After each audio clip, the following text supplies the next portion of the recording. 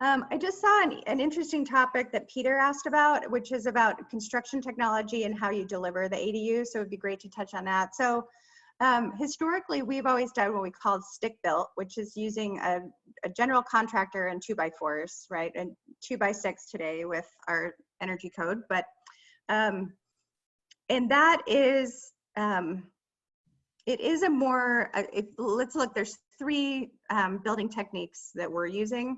So there's stick built, which is just conventional contractor, what you think of when you think of a typical home build. Then there's panelized products, like there's some SIPS panels, or there's some other factories that are building walls. Then they flatten them, send them to you on a truck, and then they stand them up. Sorry, there's a weird amount of dog noises coming from my yard. You're good. We can barely hear them. I just hope it's not one of mine. And the other one is modular. So modular is something that's going to be built in a factory. It's set on a truck, and then it's craned into the property. So we're super excited in that we have been in the ADU world for a long time, but we're just getting ready to launch modular construction. We'll have a new modular build that'll be coming out in the next couple months. But modular is only able to be installed on about 30% of the sites from our, this is a rough figure, it's not 100%, but the biggest thing is power lines. So we have, you have to be able to get the module on a truck into the neighborhood and be far enough away from the main power lines. Then trees and other elements like how big the house is. So typically you're going to put the crane in the front yard, pick up the modular, and then move it up and over the main house into the backyard. So there's a distance, like there's a, the length of the crane, the arm of the crane, how long that is based on how big the crane is, and then that's based on how expensive the crane is. And it's also, you know, has an impact on how much of your front yard the crane's going to crush, and you're going to have to rebuild. But I think what we're seeing is that modular is definitely a lot more affordable. That's why, you know, one of our struggles is that we really focus on designing all the details and the built-ins and all the custom things so you can maximize these smaller houses.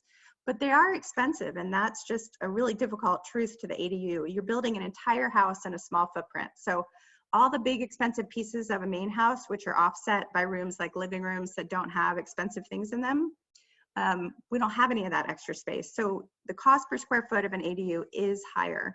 So it goes in this order: stick built, most expensive, then panels, save some cost and time, and then modular saves the most time and the most cost. But it does have a limited reach. They're not, you know, it doesn't work for every site. So yeah, it's a flexibility. Kind of right? So like stick build, super flexible, expensive by default, but if you have a situation that's going to be really not conducive to modular, then actually you'll end up being cheaper to do stick build than trying to find some farfalutin crane solution for the modular.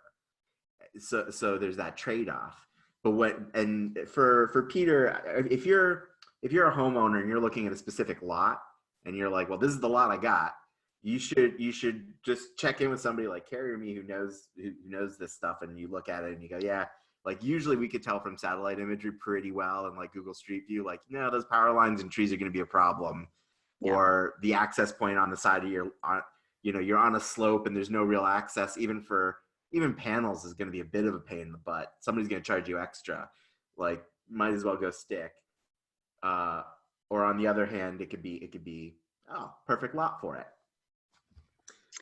Yeah, so Peter, there's some nuances, and this is one thing actually we'd love to, if people want to participate, because we are putting the finishing touches on our modular. I think we'll put a link in Ryan's email he's going to send out, but we can do a little, like, if you're interested in having us look at your lot to see if it's an option to do modular, we have a pretty good understanding of that. And then if we get serious and think it's viable, we send it to the crane operators, and then they confirm that it can be done. So the big thing, Peter, is that there's a main power line. The crane and the module always have to be 10 feet from that main power line. So typically on a street, the main power line is on one side or the other. If the main power line is on this side of the street and your property is on this side, then usually they can set up over here. There are individual power drops that come into the house.